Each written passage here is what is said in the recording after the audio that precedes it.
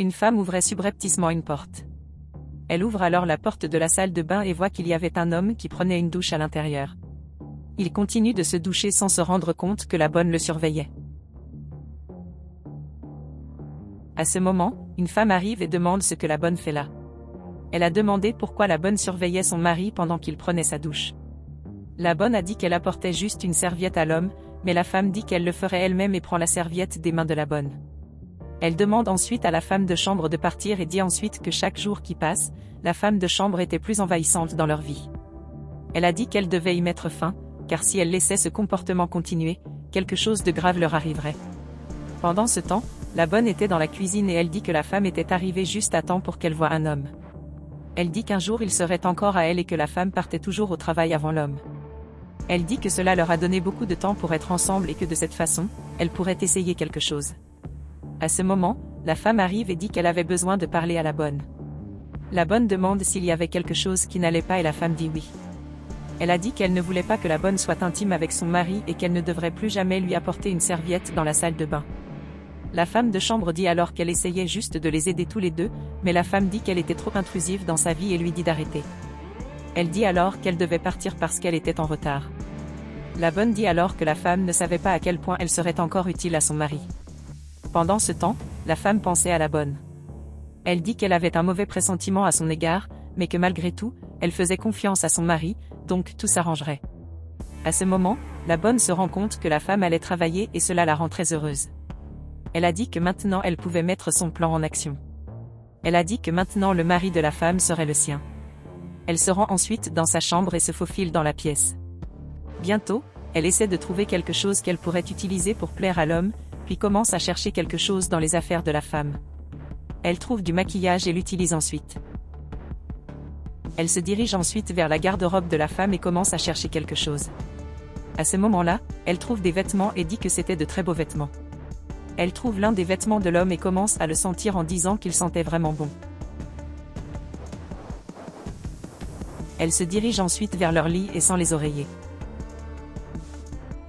D'abord, elle sent un oreiller, mais se rend compte que c'était celui à côté duquel la femme dormait. Elle a alors dit qu'elle ne voulait pas ça et prend l'autre oreiller pour le sentir. Elle dit que l'homme sentait vraiment bon. Plus tard, elle change les vêtements qu'elle portait, puis commence à se maquiller. Elle attrape alors une serviette et dit que maintenant elle allait avoir ce qu'elle voulait. Elle va ensuite dans la salle de bain pendant que l'homme prenait encore une douche et commence alors à lui frotter le dos. L'homme est surpris par cela et lui dit de sortir de là. Il demande ce qui se passait là-bas, pourquoi portait-elle les robes de sa femme. Elle dit alors à l'homme de se calmer et lui demande s'il n'aimait pas ce qu'il voyait. Elle dit que ce n'était qu'une robe et demande si cela ne lui aurait pas mieux plu que sa femme.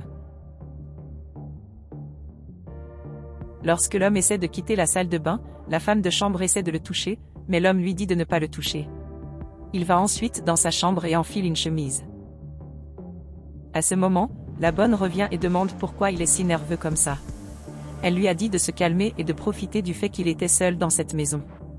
L'homme lui dit de le couper car elle savait qu'il était marié. La bonne montre alors à l'homme à quoi elle ressemblait dans cette robe et dit qu'elle était bien meilleure que sa femme. L'homme lui dit alors d'arrêter cela et d'enlever la robe de sa femme.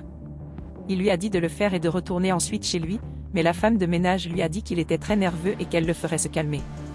Elle essaie alors de serrer l'homme dans ses bras, mais à ce moment, sa femme arrive dans la pièce. La femme a demandé ce qui se passait là-bas, mais l'homme dit que ce n'était pas ce qu'elle pensait. Elle a dit qu'elle ne croyait pas que l'homme avait le courage de lui faire ça, encore moins une femme de chambre. L'homme essaie de s'expliquer, disant que ce n'était pas sa faute et que la bonne a fait tout ça, mais la femme dit qu'elle ne croirait pas ces histoires. L'homme lui dit de se calmer pour qu'il puisse parler, mais elle dit qu'elle ne se calmerait pas car la femme de chambre portait sa robe. Elle s'éloigne alors et l'homme dit à la femme de chambre de s'éloigner de lui, car elle l'avait fait. L'homme va alors après la femme en leur demandant de parler, mais la femme dit qu'elle ne voulait pas lui parler. Pendant ce temps, la bonne fêtait et dit que maintenant le mari serait tout à elle. L'homme rattrape alors la femme et dit qu'il avait besoin de parler. La femme dit qu'il n'avait rien à se dire, car il la trompait avec la femme de chambre dans leur chambre. Elle a dit qu'elle ne voulait plus parler à un homme, mais il a dit que ce n'était pas ce qui se passait. Il dit que pendant tout le temps qu'ils ont passé ensemble, elle devait au moins écouter ce qu'il avait à dire. Elle a dit qu'elle n'avait rien à dire, parce qu'elle avait vu cela, mais l'homme lui demande de lui donner une seule chance de prouver qu'il n'était pas à blâmer pour cela. La femme dit alors qu'elle ne donnerait qu'une chance à son mari car elle n'aimait pas la bonne, mais elle a dit que ce n'était qu'une chance. Il monte ensuite à l'étage, puis l'homme lui dit d'entrer dans la chambre et que sa femme doit écouter tout ce que la bonne va dire. Elle a dit qu'elle ne croyait pas qu'elle lui ferait confiance, mais qu'il ne devrait pas la laisser tomber. Il entre alors dans la chambre et la femme de chambre dit qu'elle savait qu'il reviendrait vers elle car elle a toujours su qu'il l'aimait. Il dit ensuite qu'il ne pouvait pas rester à l'écart de la femme de chambre, puis elle demande si c'était vrai. Il a dit oui, alors la femme de chambre a dit qu'elle savait que les deux allaient être ensemble pour toujours. L'homme convient alors que les deux doivent être ensemble pour toujours. Il demande ensuite comment elle avait mis en place ce plan, car il n'avait jamais rien eu auparavant. Elle a dit qu'elle savait que l'homme ne résisterait pas à ses charmes et qu'elle attendait juste que sa femme parte pour pouvoir mettre son plan en pratique. L'homme demande alors si elle avait prévu cela depuis longtemps et elle dit oui. Elle a dit qu'elle savait que ce n'était qu'une question de temps avant qu'il ne soit seul, et qu'alors elle pourrait gagner l'homme pour elle.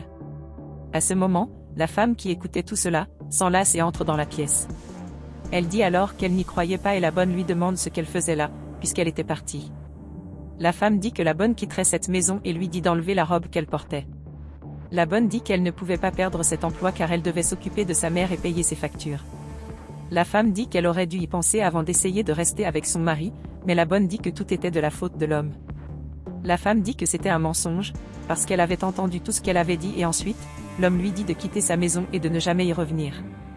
La femme dit alors que puisque la bonne aimait tellement cette robe, elle pouvait la garder, car elle ne voulait pas la récupérer. La bonne dit alors que l'homme savait qu'elle l'attendrait, mais la femme lui dit de quitter sa maison bientôt. L'homme s'excuse alors auprès de sa femme et dit que ce n'était pas sa faute, car la bonne avait tout prévu.